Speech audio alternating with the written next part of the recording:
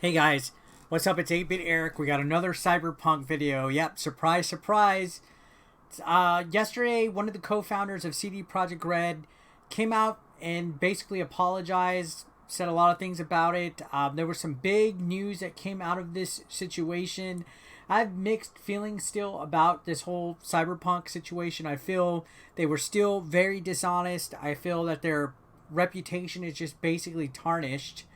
And it's going to be very hard for them to climb back out of. With that said, I still enjoyed the game, but it still has that stigma of what CD Projekt Red did on top of it. That kind of just puts a bittersweet taste on the game that could have been one of the greatest games of all time if they would have just did it right. But anyways, let's read this article. This is going to have a synopsis of some of the stuff that was said yesterday. So, Cyberpunk 2077 DLC will be delayed until after the most urgent fixes have arrived. So the free DLC planned for Cyberpunk is going to have to wait a while.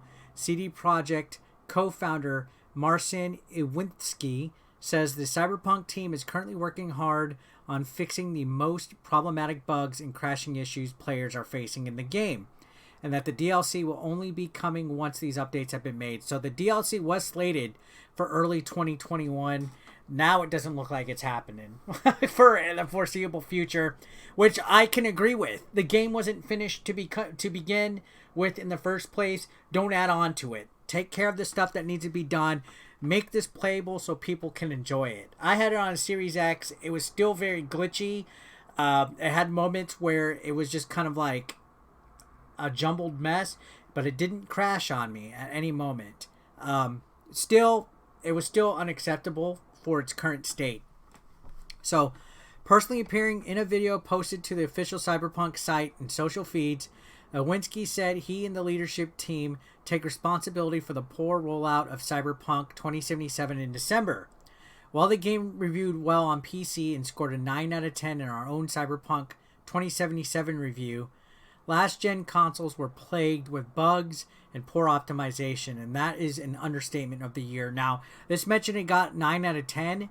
That's because these people reviewed the PC version, which to my knowledge, didn't have as many problems, but they were also given footage by CD Projekt Red to use instead of their own.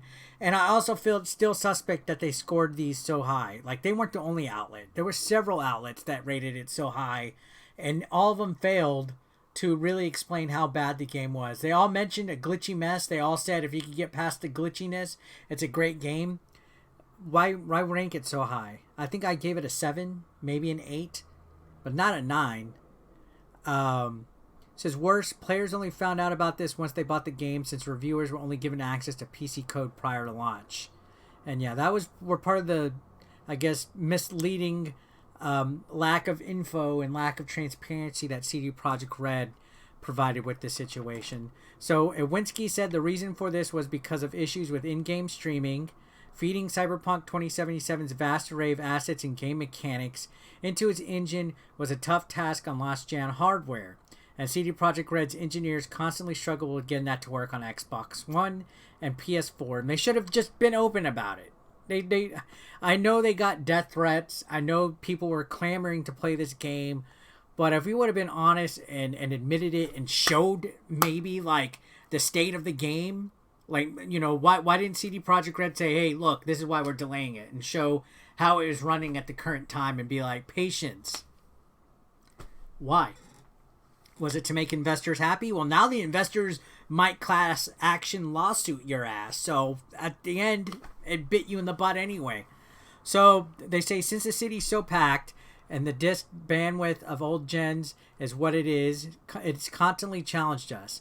Iwiński says in the video, which you can view below, ultimately I think time has proven that we've underestimated the task. And this is the video. I'm not going to play it. You guys can click the link in the description of this video to come to this website, and you can read it and watch it for yourself. So we've been covering this for quite some time. It's about time that the co-founder came out. I think it's a little too late, honestly. They should have came out right at the beginning of this situation. The damage control they've done on this has been kind of piss poor, in my opinion. Again, I'm not against this game. I still have mine. I didn't ask for a refund for it. I enjoyed it, but it's going to always have this stigmata of being a game that was overly hyped, a game that was promised to showcase a lot of stuff, and then it got pulled from the stores, and the rest is history. Again, like I said, Fallout 76 didn't even meet this certain doom that CD Projekt Red left for Cyberpunk. So, Iwiński said CD Projekt was able to start distributing PC codes at the beginning of December, but needed more time to get the console version prepared.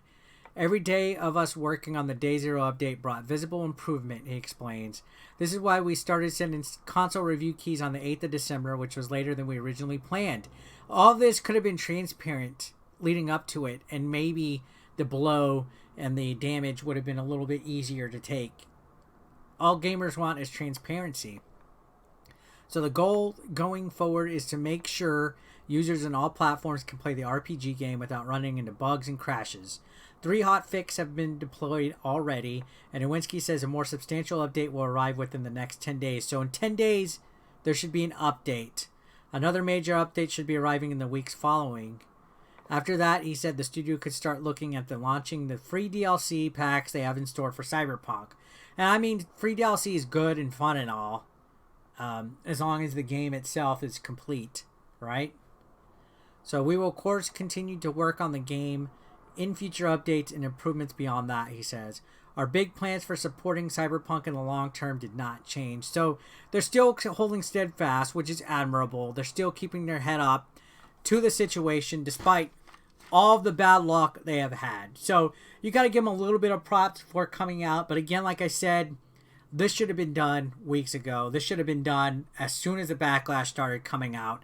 Sure, me as an average Joe sitting at home in his mommy's basement, it's a lot easier for me to say that because I'm not held to a corporate whim. I'm not held to investors. I'm not the co-founder of a big, huge video game development company.